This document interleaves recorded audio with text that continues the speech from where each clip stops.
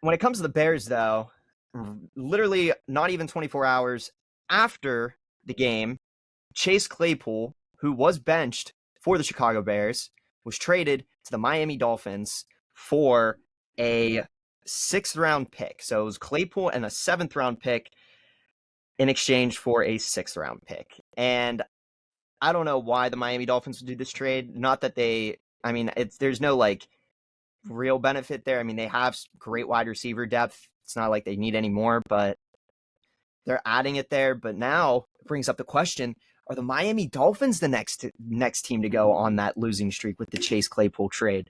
Is Chase Claypool the reason for losing teams? Now, I'm just saying that as just like a real big stretch. I don't actually think that, but nonetheless, yeah. What did you guys think of the trade? I thought it was a little weird just because they have the depth, they have Tyreek Hill, they have Waddle, they've got some good wide receivers on their bench already. Like, I don't really see a need for it, but you know, Alvarado, did you have anything that you think with Chase Claypool per se? I don't know if you know too much about Chase Claypool's background with the Steelers and stuff like that, or if you think it's a good trade for the Dolphins or not, or what's going through your head.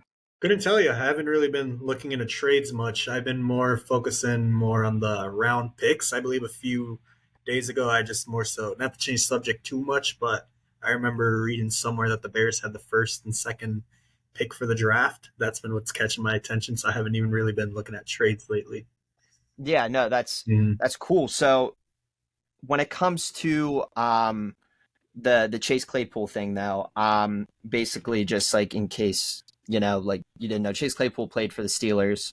He was supposed to be really good, and then he ended up not being good. We traded him to the Bears for a 32nd pick, which would have been an equivalent of a first round pick because the Dolphins lost their first round pick last year. We got that pick. We got Joey Porter Jr. out of it, and now Claypool didn't do anything in Chicago. Now he's in Miami. So we don't really know what's going on with Chase Claypool. Honestly, there's really nothing much to analyze there. Honestly, the fact that you're looking at first overall and second overall picks for the Bears is actually probably better because it is interesting to see what they possibly could do with those picks. But nonetheless, when it comes to Chase Claypool, though, like Josh, did you think that this Chase Claypool thing was anything special? Because I don't think it is. I think Mike McDaniel likes to just have fun. I think he went to the front office and was like, "Hey, we can get Chase Claypool for pretty cheap." And in his presser, he was like, "Yeah, he's fast." That was what Mike McDaniel said about Chase Claypool. Yeah, I like him. He's fast. So it seems to me like Mike McDaniel's just like, "Hey, we can win. We know we can win, but can we win with this set of guys? Okay, now we're going to try this set of guys and just move it around." And I'll let Stan elaborate more on this because he's the one who actually brought up the point in our group chat. There is a drop off from wide receiver 2 to wide receiver 3 in Miami. And so Chase Claypool might be able to help that a little bit. But this just seems like such a Mike McDaniel move to me. And I love Mike McDaniel. I just feel like he's like, new toy. I want to play with my new toy. Bring my new toy to Miami. We're going to see what we can do with this new toy. But Stan, what did you mean? Well, I know what you meant, but elaborate on what you meant by the drop off between wide receiver 2 and wide receiver 3 in Miami. Well, wide receiver 2, Jalen Waddle. Wide receiver 3, Braxton Berrios, who was pretty much a wide receiver 4 and 5 for the Jets last year. So he's not really the best wide receiver to have there. Now, he's a great wide receiver, if you remember, one of my favorite players. But I think Chase Claypool has a chance to, really get a better role on this team. Another thing that really stands out to me is if you look at the way the Dolphins play, pretty much all of their wide receivers alternate between playing a wide out type position and playing the slot. Even Tyreek Hill, I was looking this morning and he plays something like 40 to 50% of his snaps in the slot.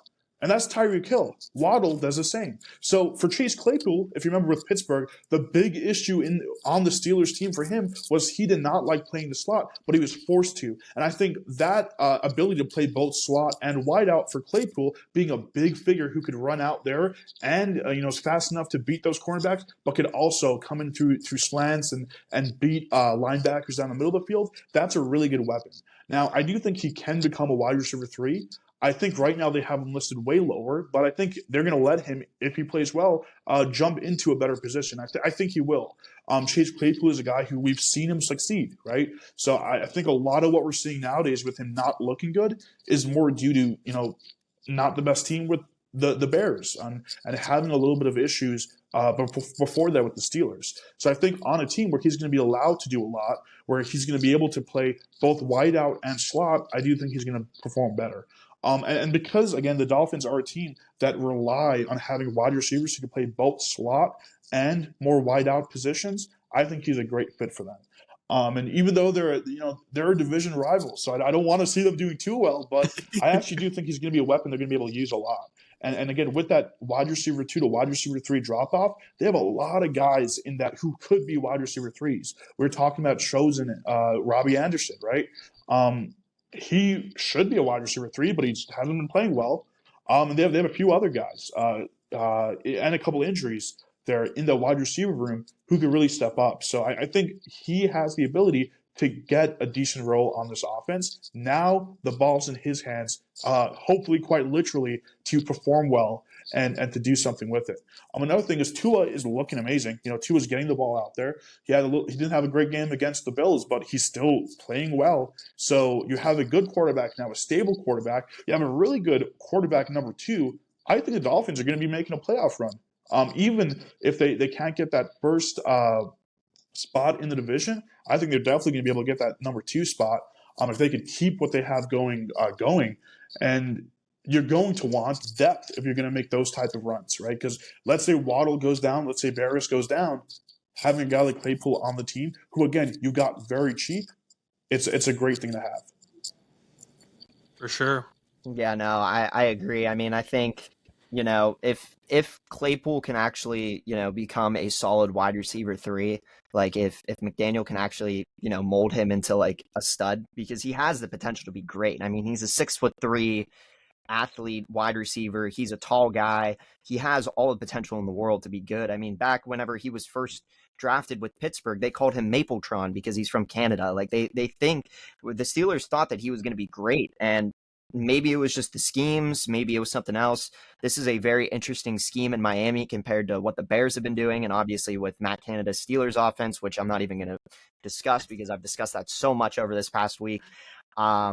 So maybe Chase Claypool just needed one last third time's a charm, fresh air in Miami, and we'll see what happens with that Claypool thing. And Mike McDaniel is such a good coach. Like, he's already proven that he's an offensive genius. He comes off of that Shanahan coaching tree that, like, this is Claypool's last chance. I feel like you can't say Mike McDaniel sucks. He's not a good coach. You could say that about Eberflus and the Bears. You could say that about Matt Canada's offense in Pittsburgh. Can't say that about Miami. So this is his last chance, in my opinion. No, I 100% agree, because that's kind of like what I was alluding to, is just like the idea that, Matt Canada's offense had Chase Claypool running with it. He didn't look that good. He got traded to Chicago. Their offense hasn't done much, and like we've mentioned on the show already, they hadn't won in almost over a year, close to a year at this point. So, this is their first victory, and it didn't have Claypool on it.